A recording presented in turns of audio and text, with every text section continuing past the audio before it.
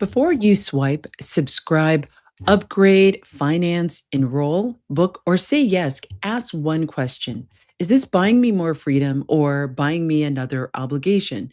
Because not all spending is bad. Some spending buys time, health, income, capacity, mobility, ownership, peace, and future choices.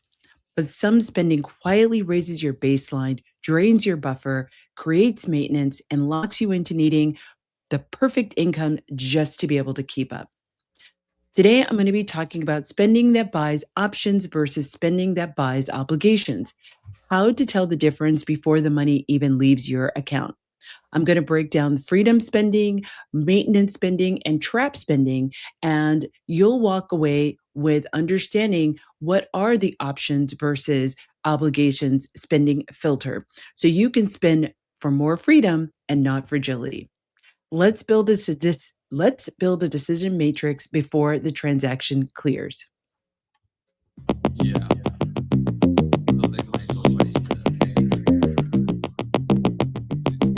Welcome back, my optionality builders and wealth acquirers in training. We are here talking about real wealth on purpose. Welcome back to another episode of the Do Different Better show. I'm your host, Elaine Rasmussen, founder and CEO of Connect Up and managing director of the Integrated Capital Fund. On the show, we talk about wealth wisdom and money moves, simple, strategic, and for grown folks only. I'm so excited to have you here today. Think of me as your personal wealth co pilot. Here's a quick plug before we get started. If you're in the Twin Cities, come see me live at Pride this weekend at the AM 950 booth at 11 o'clock. But now, back to today's conversation. Today's episode is called Spending That Buys Options versus Obligations. And I want to start here. Some spending makes your life bigger, and that's amazing. But some spending makes your life tighter, and that's not what we want. And the problem is not necessarily the spending. The problem is not that you bought the thing. I just want to get that out of your mind.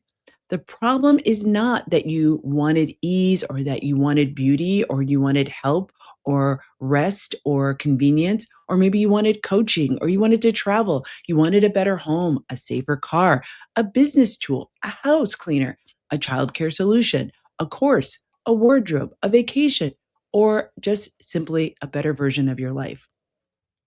The problem is not your desire. The problem is not your enjoyment. The problem is not wanting your money to make you feel like it was all worth something, all that hard work you've been doing. The problem isn't even not knowing whether your money is buying you options or whether it's buying you obligation, because those are not the same. An option expands your choices. That's really what's the most important thing here. An obligation begins to narrow them. An option creates capacity, and an obligation creates just another, I must pay this. I gotta have this paid every single month or every single year. An option helps you move. An obligation makes you need more income just to stay still. So today we're going to be having this conversation without any shame. No shame, just strategy. I'm going to be talking about how to evaluate spending through the lens of optionality instead of the lens of shame or judgment. Because remember, in this quarter, I'm going to be talking about the O in my soul framework. And just as a quick reminder of what the soul framework is, the S stands for stability. This is where you're building practicality, you're building your buffers, you're reducing your volatility in your income as well as your spending, knowing what your baseline is, building your buffer, and on the path to building your brick house. The O is optionality. That's the season we're in right now. This is what we're talking about: building liquidity, building flexibility, having the ability to choose without being centered in panic. The L is for leverage. This is where we start to build assets. We are going to build ownership. We're going to build influence. This is the ability to use what you have to create more power, more value, and more impact. And the E is embodiment. This is when you got all of those things aligned, you're now able to live in your values and make real decisions, not just talking about alignment, but practicing it when money leaves your accounts. Today sits right in the middle of the O and the embodiment, the optionality and the embodiment, because spending is where your values meet your calendar, meet your nervous system, meet your relationships, meet your bank account, and meet your future. And the question is, does this spending increase my future choices, or does it actually reduce them? This is what I'm talking about today. Now, let's first start off with defining the two categories, just so we can get that off the bat. First, I'm going to talk about spending that buys options. And so I want you to lock in. Spending that buys option is spending that gives you more future choice. It gives you a skill. It might increase your income capacity. It might save meaningful time, whether it's in your business or in some other capacity. It actually might reduce some risk. It might improve your health, your energy, or just your general executive functioning. It might increase your mobility. It might strengthen a relationship or a support system that you're desperately in need of, or may not even know that you're in need of. It might create ownership or infrastructure or future leverage. This kind of spending can look like a variety of different ways. And here are some examples of what it looks like. It could be a certification that helps you move into a higher paying bracket. It could be childcare that gives you enough uninterrupted work time to grow revenue in your business. It could be a reliable car that protects your ability to get to work and reduces the repair chaos like that expensive flat tire. It could be a therapist, a coach, a trainer, or a health intervention that improves your capacity to actually function on a day to day basis. Maybe it's a business tool that saves 5 hours a week and helps you deliver better or serve more customers. Perhaps it's a legal document that protects a business partnership or your future estate.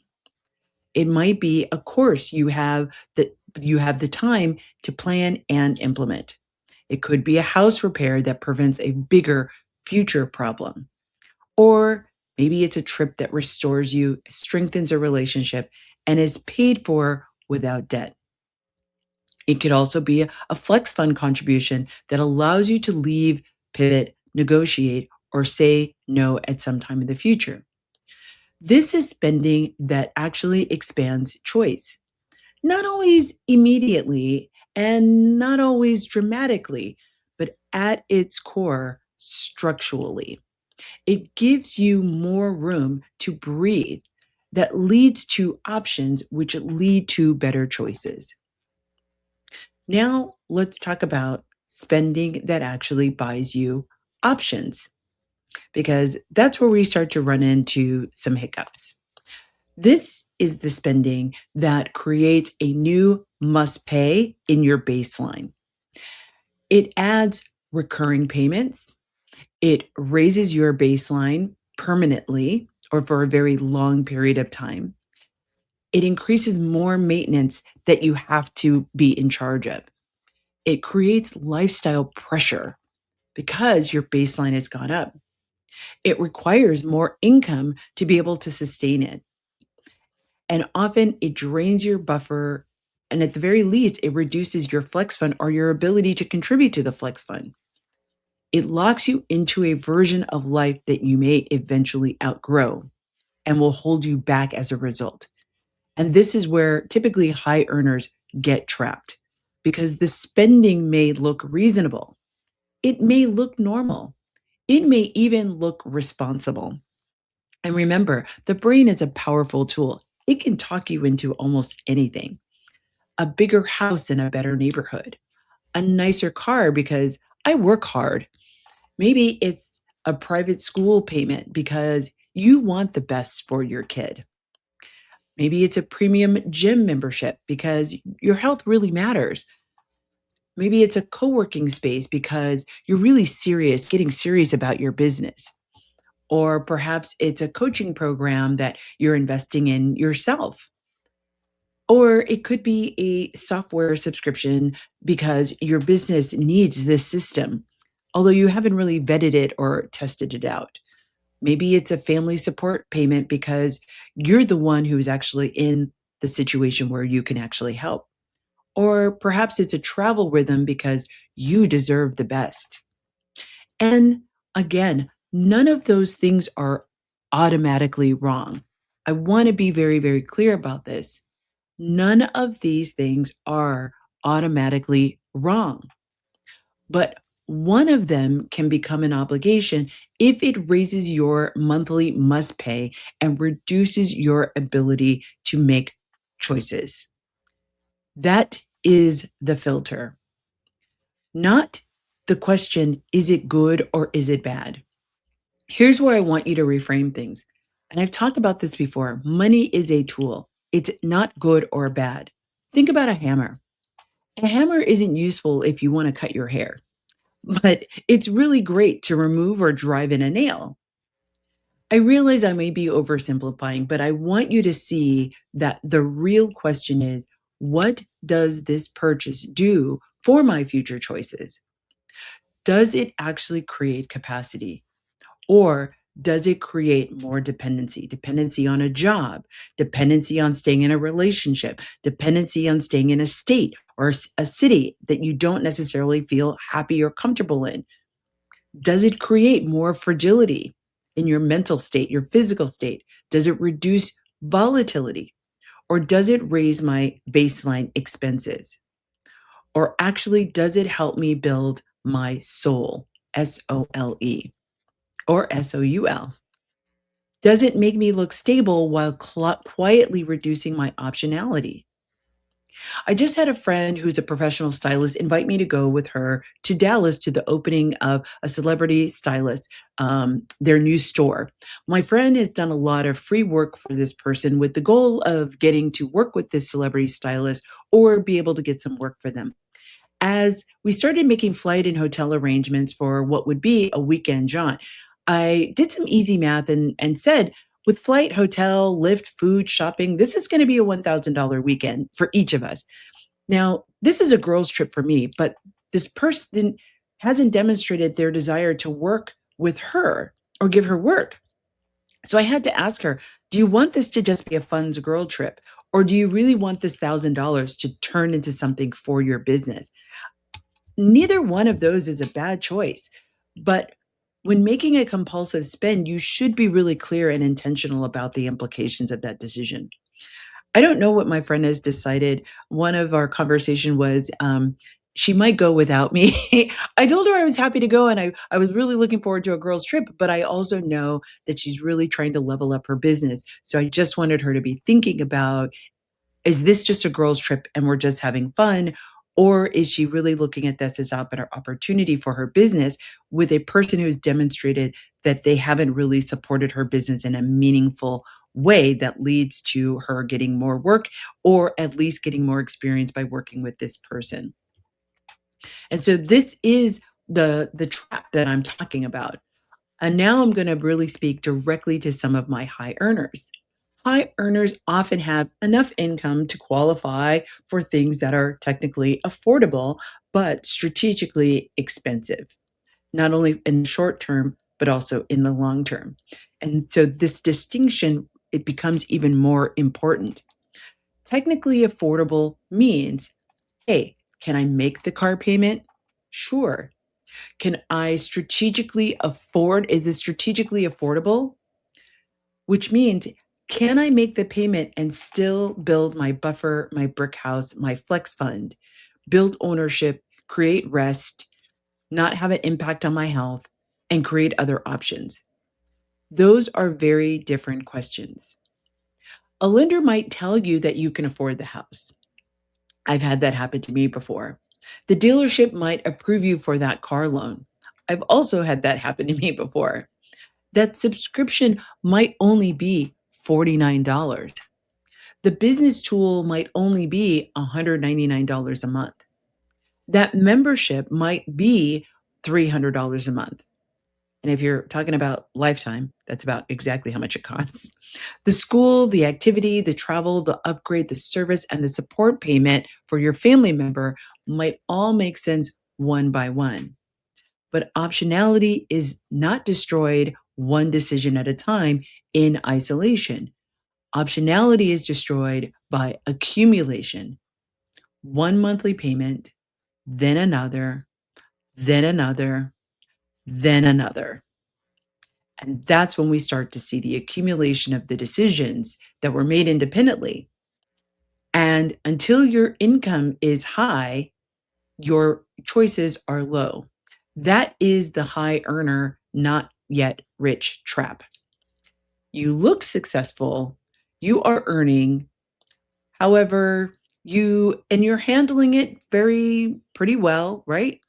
But there might be this low level anxiety or low level stress that it could be all fall apart at any moment.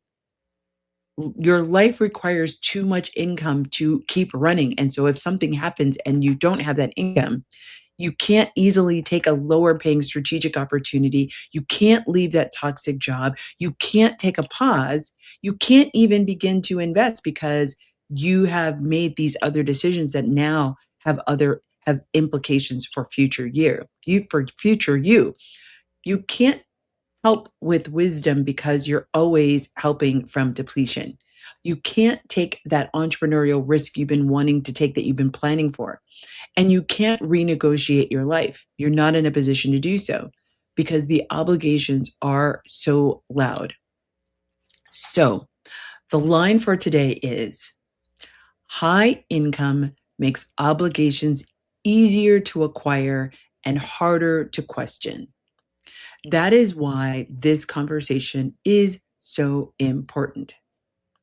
So, I'm going to see you after the break where we're going to be talking about looking at spending through the wealth identity lens. And we're going to be going through our 4 wealth identities and how this obligation versus optionality spending shows up. I will see you after the break.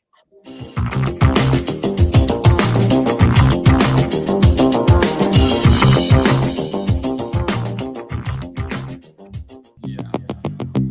So they might go like, hey, Welcome back, everybody, to the Do Different Better show. I'm your host, Elaine Rasmussen. Today, we're talking about spending that gives you options versus spending that gives you obligations. And in the first segment, we talked about what does that look like? What exactly qualifies as spending as in building optionality? And what is spending that looks like obligation? And now I'm going to talk about that through the lens of your wealth identity. So I know that you've gone to www.dodifferentbetter.com and you've taken your wealth identity quiz. And so you know what your wealth identity is. So now we're going to talk about how does this play out for each one of the different wealth identities. So remember, we've got 4 wealth identities because each of us has a spending pattern that makes sense to us emotionally. That could be driven by our childhood of origin story or different experiences we've had in life. But even when they create financial pressure, these are our default decision making or our default ways that a lens that we're bringing to the conversation of making shopping decisions or purchasing decisions. Again, I want you to have no shame around this. This is really about recognizing a pattern. So tell me if you haven't taken the wealth identity quiz. Let me know if any of these things resonate. Listen for the things that may, like, oh, that sounds like me. But I'm also going to give you a solution. So, first, we're going to talk about the builder. The builder wants structure, hence the name builder. Builders spend time on building systems, on having tools and upgrades and platforms and courses and consultants and productivity and organization and infrastructure. The builder's strength is that they understand capacity. They know that better systems can create better outcomes. But the builder's risk is that they tend to overbuild. right? They have too many tools, they have too many subscriptions. They're building on top of building on top of building, and they're creating actually too much complexity. There's too much of before I launch, I need one more thing, or I need one more tool, or one more system. So, what's important for the builder to ask themselves is this tool creating real capacity or imaginary capacity? Or am I buying this the feeling of being prepared? Asking, is this system actually reducing friction or adding something else to my plate that has to be managed? Is this investment tool tied to revenue, time, health, or actual delivery of something? Or is it just making me feel more legitimate? Now, on to my caretakers. Caretakers, I think you know very well, you spin through love. That's how it shows up. You cover people's expenses. You rescue them. You make life smoother for everyone else. You pay for dinner. I had a partner who did that all the time with our family. It drove me mental. It just drove me crazy. They help family. They overtip emotionally. They fund the gap. They make sure everyone is okay. The caretaker's strength is generosity. The caretaker's risk is you're buying obligations and disguising them as love. And we don't do that around here. And this is what it looks like. A one-time gift then becomes expected on a regular basis. A temporary rescue now becomes your monthly bill. A family emergency becomes your new baseline. It's added in your regular expenses. So, what's important for the caretaker to ask is this support time bound? Is it within my support budget? Remember, we talked about creating a budget specifically for support. Does it fund an outcome, or am I funding a pattern of behavior? Does this help preserve dignity and movement, or does it make me the financial infrastructure? So here's the soft but powerful truth.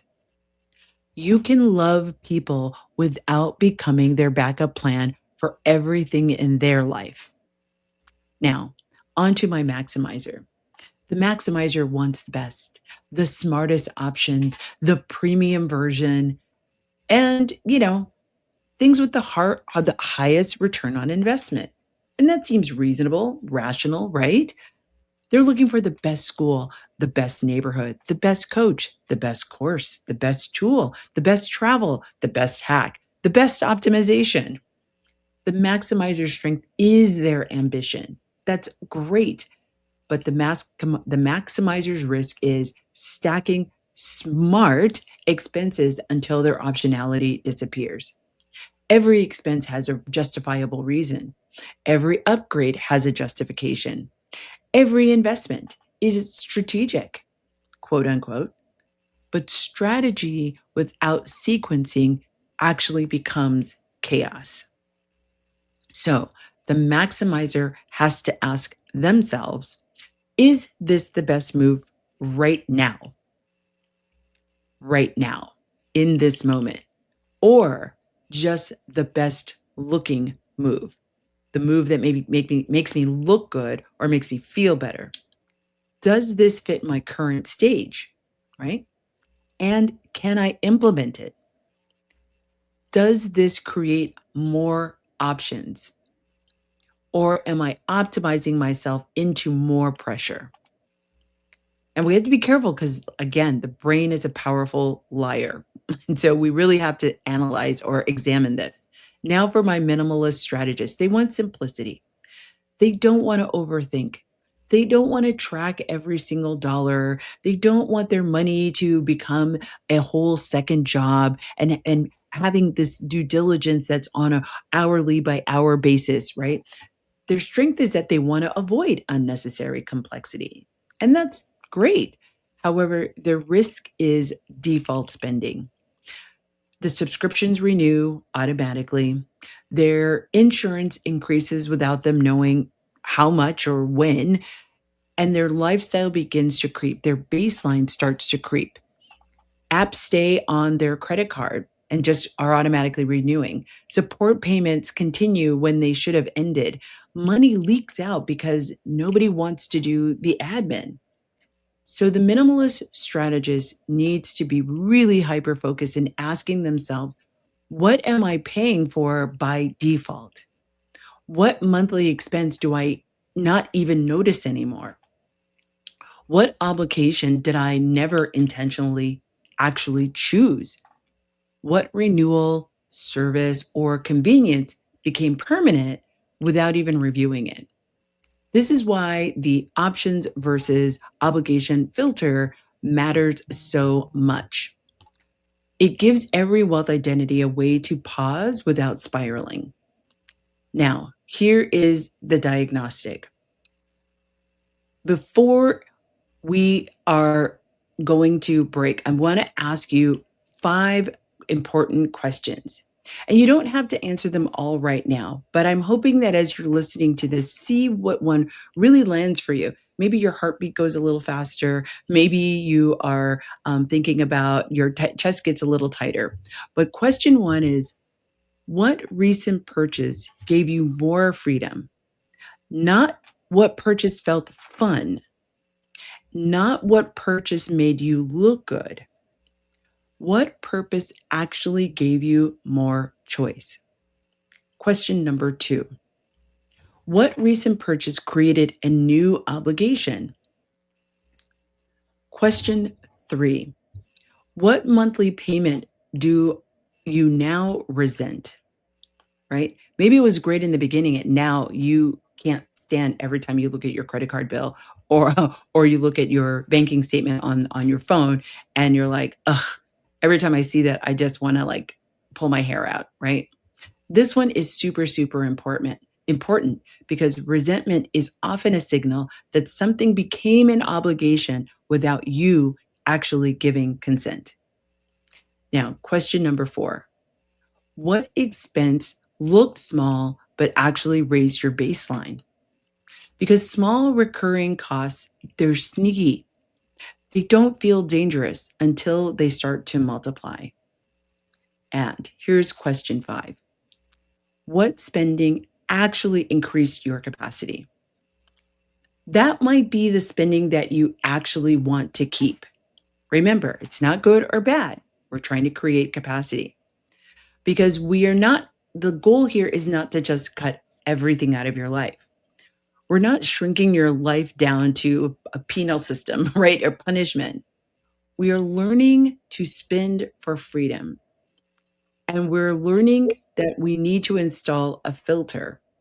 So these are the 5 questions you want to ask before a spending or an expense or a purchase actually becomes your lifestyle. Because spending is actually not the enemy. It's actually the unexamined spending that gets you there. And that's not actually what we're looking for. We're actually just looking for, how can I discern or think more thoughtfully about where things are going. Now, this also doesn't mean that you can't like buy those compulsive purchases. But again, just thinking, knowing and making the decision that this is a purchase that I know is not creating optionality. I have the money for it. It's not going to actually create more burden on my life, right? That's the point, right? It's not that you can't take that $1,000 trip that my girlfriend wanted to take, but know that that's what you're doing. You're spending $1,000 that has no return on investment. And that is okay. But let's know that, not let's take the trip and come back and now have an airline flight on my credit card, which I really didn't have the money to pay for in the first place. I spent money on a hotel. I went shopping. I bought all this food. And I really don't have a way to pay for it. It's all on the credit card at 29% interest. Now, that payment that you've got to pay for that $1,000 trip now has to be added to your baseline expenses.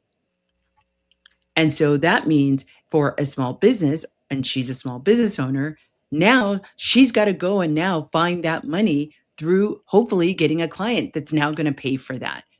And what if there's something happens and there's no clients right now? Maybe everybody's preoccupied. It's June. People are preoccupied with weddings. People are preoccupied. They're preoccupied with graduation. They're not necessarily looking for her service at this moment.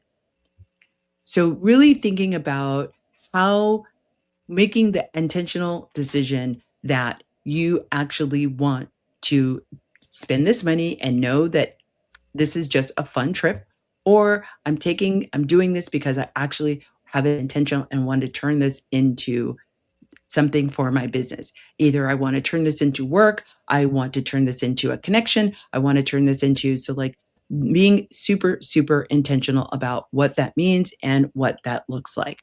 So you now understand what optionality versus obligation is. You now have 5 questions. I'm now going to get into in the last segment talking about the traps. So I will see you after the break. You're listening to the Do Different Better show. I'm your host, Elaine Rasmussen.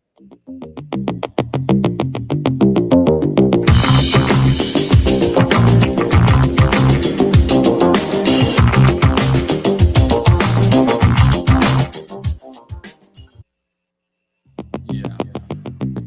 So they might go ways to Welcome back to the Do Different Better show. I'm your host, Elaine Rasmussen. And today we have been talking about spending for obligations versus spending that creates optionality.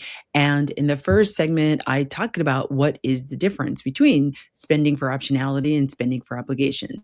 In the second segment, talked about actually what does that look like through the wealth identity framework, as well as giving you some really concrete examples of ways to think about it, and particularly giving you 5 key questions that you can ask yourself as to, am I making a spend that is creating optionality, or am I making a spend that is creating obligation? Again, neither one is bad. The goal is to be intentional and thoughtful so that we know that what we're getting into, and we don't pay for mistakes or compulsivity later down the line that creates tightness and restriction in our ability to be able to move and leverage and create the life that we actually want for ourselves.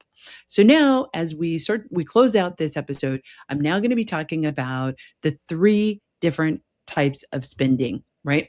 And I'm going to make this super, super, super easy. I really want you to think about classifying your spending into 3 types of spending. Here's the first one. The first one is what I call freedom spending. Freedom spending buys time, health, capacity, income, mobility, safety, and future choice. Here are some examples of what that looks like. Childcare that creates work capacity, especially if you work from home. You might be thinking, I could actually get so much more done, and I might only need 4 or 5 hours of childcare so that I can actually get that work done so that I can actually have more time at home. Or maybe it's so that you can grow your business. Maybe it's therapy that helps you stop repeating expensive patterns or some other toxic behavior that's not serving you or your partnership. Maybe it's a reliable car that protects your income, gets you to and from your job, right? Or maybe it's a certification that has a clear ROI. I used to run a program in Nevada where I worked with teachers, and when teachers went back to school after getting their bachelor's and got a master's degree, they automatically got a $5,000 bump in pay as part of their collective bargaining with the union. So things like that, like you're going into debt to get this education, but you're going to have this long-term financial return because your income's going to be bumped up permanently.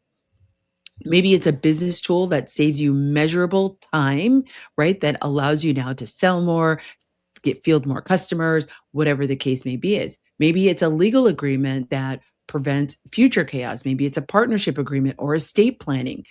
Maybe it's a flex fund contribution or a vacation paid in cash that truly restores you because you know you're not having debt, right? Going back to my story of my friend.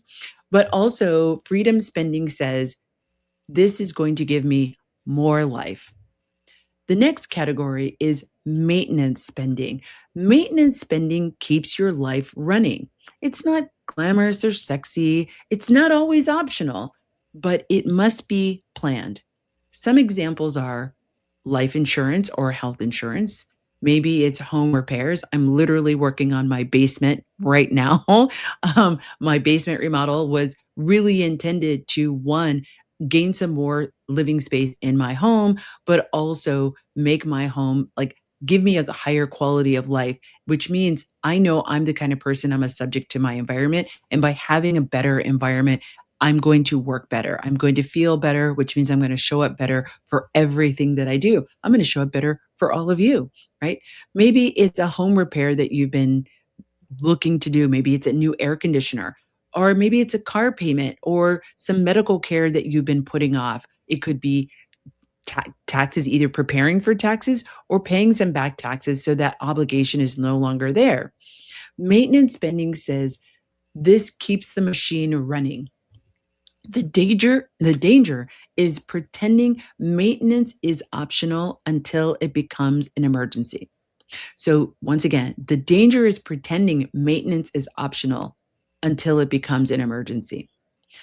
Spending type number 3. This is trap spending. Trap spending adds obligation without actually increasing your options. It usually has one of 3 results.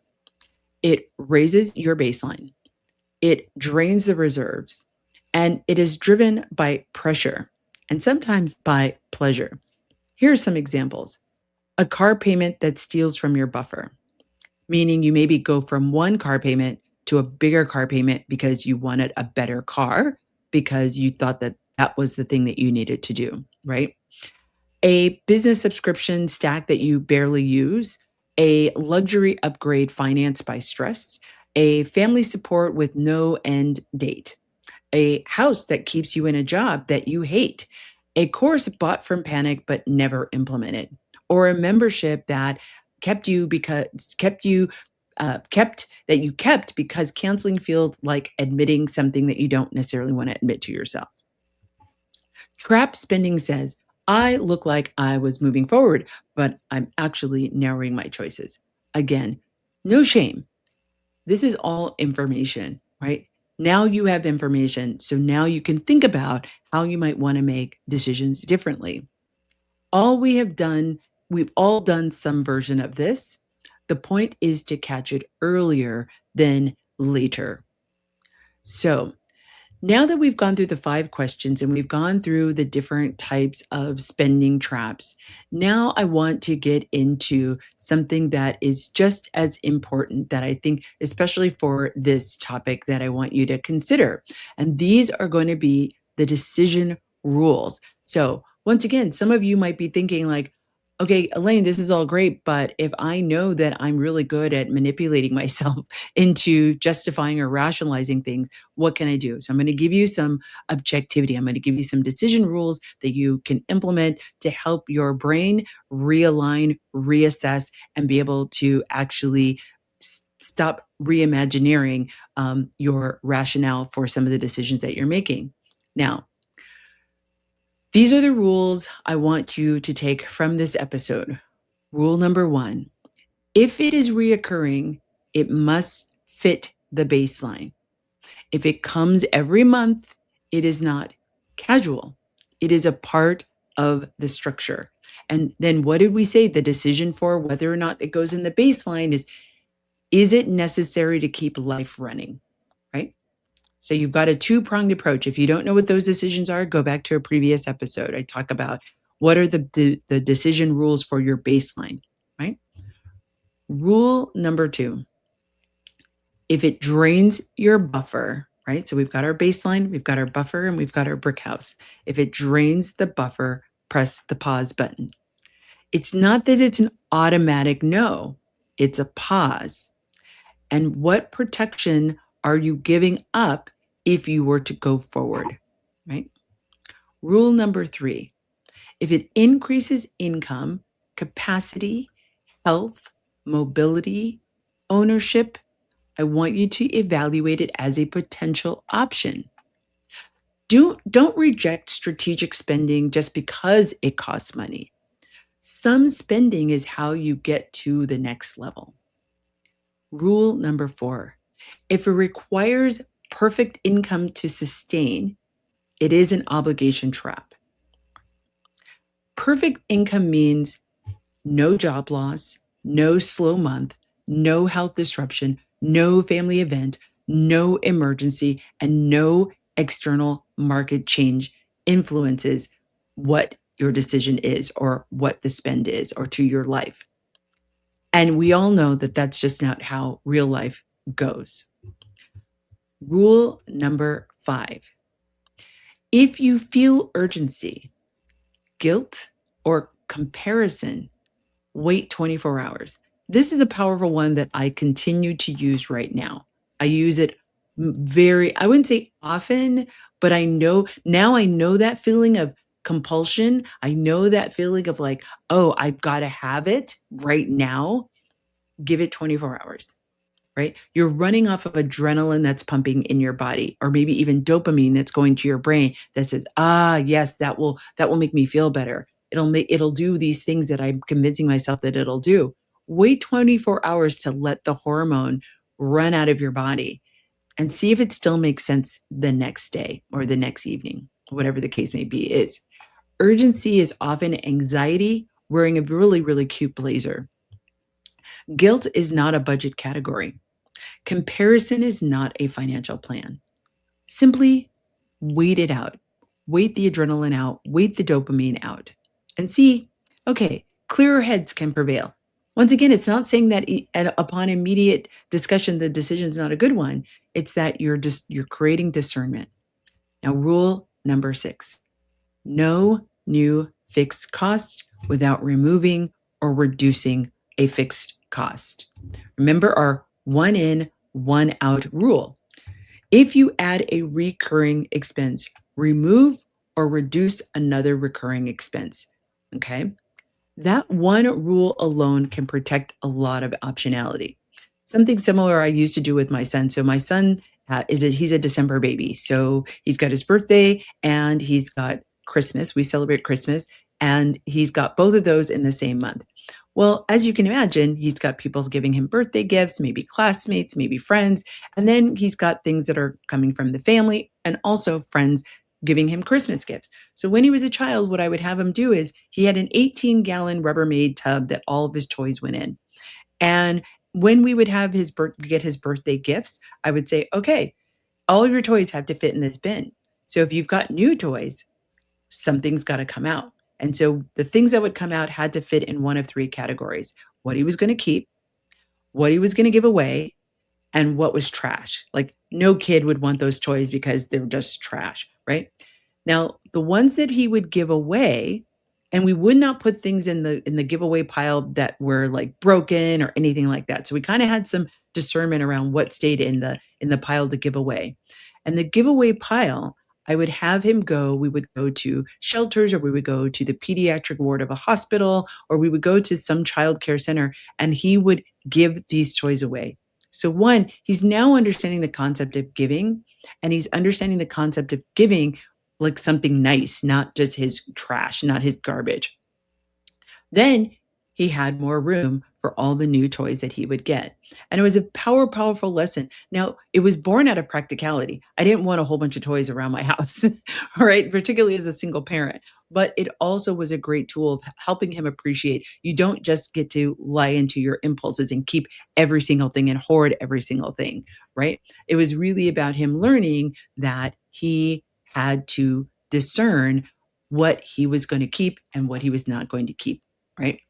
And that's translated till to today. He still does some of that today, right? He's very thoughtful and mindful about his things and what he keeps and what he gives away. So it's a really, really powerful lesson. So feel free to borrow that from me if you think that would help you or help your child. So as we start to round out this conversation, I want you to keep something in mind. I want you to think about spending for freedom and not spending for fragility, right? That is it. It's not about spend less money. This is not about an indictment on never have enjoying. This isn't about don't take that $1,000 weekend trip. That's not what it's about. It's not about being cheap. Again, the point wasn't that we couldn't take this $1,000 trip just for fun. The point is that we were making a decision that that's what we were doing. Or I was doing that and she was going on business, which also helped me understand how are we going to spend our time while we were there. I'm not thinking that it's a girls trip and we're doing all these fun things and she's actually trying to get some work done, right? By making connections and networking and things like that. We're both kind of clear on like what are we doing when we go on this trip. This isn't about being scared. I hope you're not walking away from this conversation now with a whole nother level of fright. That's not the goal.